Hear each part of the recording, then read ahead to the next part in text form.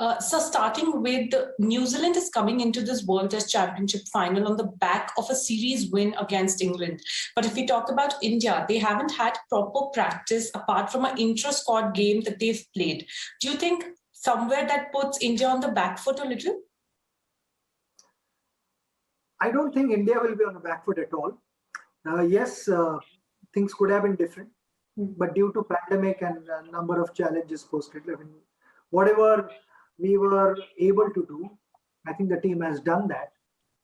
And it is important to look ahead and not look behind. This could have happened, we could have done so many things, but that is behind us. Let's think of what we have to do, because the whole world is focusing on what India is going to do.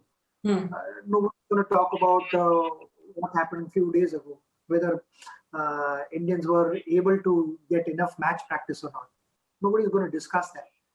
On the other side, New Zealand have had a perfect match practice.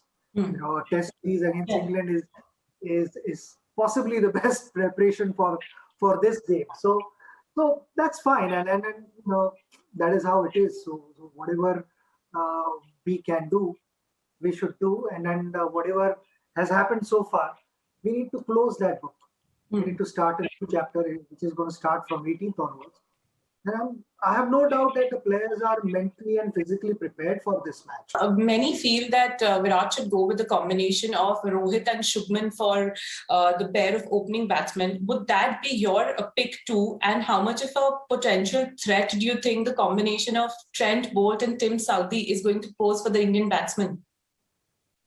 Well, normally I don't engage myself into picking the team and all those things, but these two guys, I mean, they've had impact in the WTC. Yes. And if you see, the last test in Brisbane, there was a good opening partnership when we were chasing on the last day.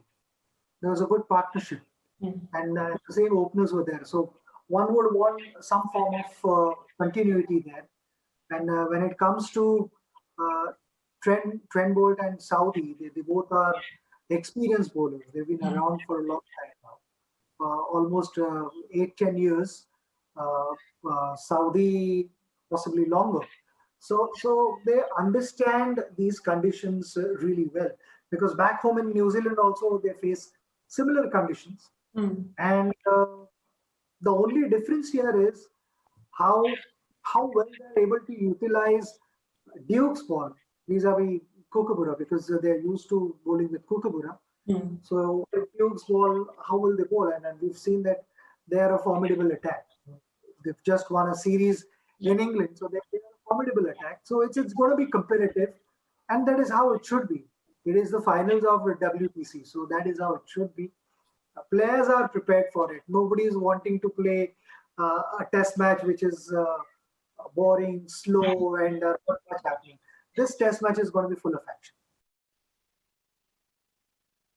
Sir, a lot of would depend upon the performances of Ajinkya, Rahane and Cheteshwar Pujara as well. We've seen, a lot of debates about Rahane's form or Cheteshwar Pujara's intent. What do you make of the importance that these two players hold for Team India? See, every player goes through ups and downs. And if I'm not wrong, Ajinkya Rahane is the highest run getter in WTC. So, if we are saying that his form is bad, then we need to look at everyone else. Yes. So, yes, I mean, the last few innings, he would have liked to score much more. But that is fine. He's played crucial knocks. When it mattered, he played crucial knocks. And so is the case with Pujara. I mean, I think technically he's fabulous. He's one of the important pillars of Indian team, and he's as valuable as anyone else in the team. So I've got extremely high regards for these players, and I'm sure they're going to go out and give it a best shot, deliver that knockout punch. So moving on to the bowlers, we have Shami, Ishant, Bumrah, Siraj. You've got Ashwin and Jadeja in the spin department. Would you say this is India's most competitive bowling unit ever? Uh, we've had good bowling attacks in the past as well, uh, and I don't like comparisons. But when I have to just talk about This this particular bowling side, then it's a very well balanced side. You play with. I'm again not picking my playing 11, but I feel you have this option of either playing four fast bowlers and pick a fourth bowler who can bat, or play three fast bowlers and two spinners, and both spinners can bat. So the balance of the team is very good. So this is something which has come together, and also a wicketkeeper who's a dangerous batter. Yes. So these three spots, I think 6, 7, 8, these three spots are critical, where you expect a contribution from your batters. So number 6 normally is always a proper batter, but you never know. It could be if we decide to go ahead with two spinners, Pant might be batting at number 6.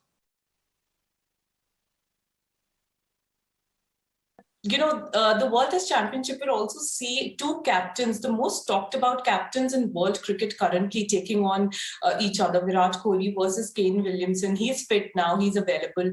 How do you look at this rivalry, sir? See, this rivalry is going to be there, but it is not. Again, I look at it differently. Captains are important, but how the team plays under them is really important. How the whole team can step up to a challenge. This is going to be a big challenge, and how they up their game and deliver the best performance is important. But eventually, it's going to boil down to what the team does. And the biggest example is Australian trip. When we went to Australia, there were so many injuries that almost 10, 11 players were out of the series. Yeah. And the guys who were sitting on the bench, they became our main bowlers. Some of the bowlers were there as net bowlers. Yes. They ended up playing for India, and they ended up playing brilliantly. And then we won that series. So it was every session we felt that there was a new hero in that series. And I thoroughly enjoyed watching that series because in spite of so many challenges, we overcame all those obstacles. And when you look at even 3 or 4 days ago, when New Zealand played their second test match, Kane Williamson wasn't there either. So Kane Williamson wasn't there, Saudi wasn't there, Williamson wasn't there, Watling, and I think one more player wasn't there. And New Zealand won the test match because the whole team performed well as a unit. And that is what even this coming match is going to be all about. You need the whole unit to perform. And that is when we'll be able to lift the trophy. Putting you in a spot here, your pick for the winners of World Test Championship Final. Well, before I pick my winner, my heart, who my heart is with. I'm already wearing the colors. Bleed blue. Blue. Yes. This is, I want India to win. Yes. But this is going to be a closely fought finals. Both teams are well balanced. Both teams can play different brand of cricket. They can be aggressive, they can be attacking, and then that is something that we want to see. Good brand of cricket. But if we are all able to smile on 22nd evening, it will be nice. So talking about the concept of World Test Championship, there's been a lot of talk about how it should be a best of 3 final and not a one-off test. Just your opinion on the concept of World Test Championship. Because, you look at T20 or even for that matter, 50-over World Cup, you just play each opposition once and then you get to the finals and it's only one match in the finals. But here, you've played a 4-test match series in Australia. You've played a 4-test series in India against England. So you've played these series which had 3 or 4 test matches. And suddenly you get to finals. Yeah. And it's only one game. So this should have been WTC final test series. Yeah. That should have been the case. But I know it's challenges. That means, you got to have all test nations free for quite some time to accommodate 3 test matches. So it's a challenge, but I think, over a period of time, we'll come up with a solution which is appreciated by everyone. And look at even Test cricket. Earlier days, Test cricket was played till the end. So there were Test matches which went on for 6, 7, 8 days also. And then there was a period where there used to be a rest day in between. Yeah, I've been a part of. For my first series, there was a rest day, which was the 4th day of the Test match, which was a rest day, and then you played on day 5 and day 6. Now we are playing 5 days in a row. So like that, even this will change over a period of time. So no, we are not going to get everything right at first shot. and so the circumstances under which cricket series are being played these days in a bio-bubble environment, would you say that mental toughness is key to succeed for cricketers in times like these, and mental health needs to be kept working upon? Yes, because mental health is something which is comfortably and conveniently ignored. If there is a hamstring tear or a finger dislocation, you can see that.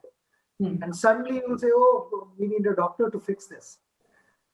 But when it comes to mental health, not many guys are proactive in sorting that problem out. It's a big issue. So I feel these are times, especially in these times, one needs to make sure that our colleagues are in the right space. Physically, of course, you can see it and it can be measured, but mentally, only by professionals. So, that needs to be addressed. If there is a problem, it needs to be resolved. And you've got to have experts dealing with that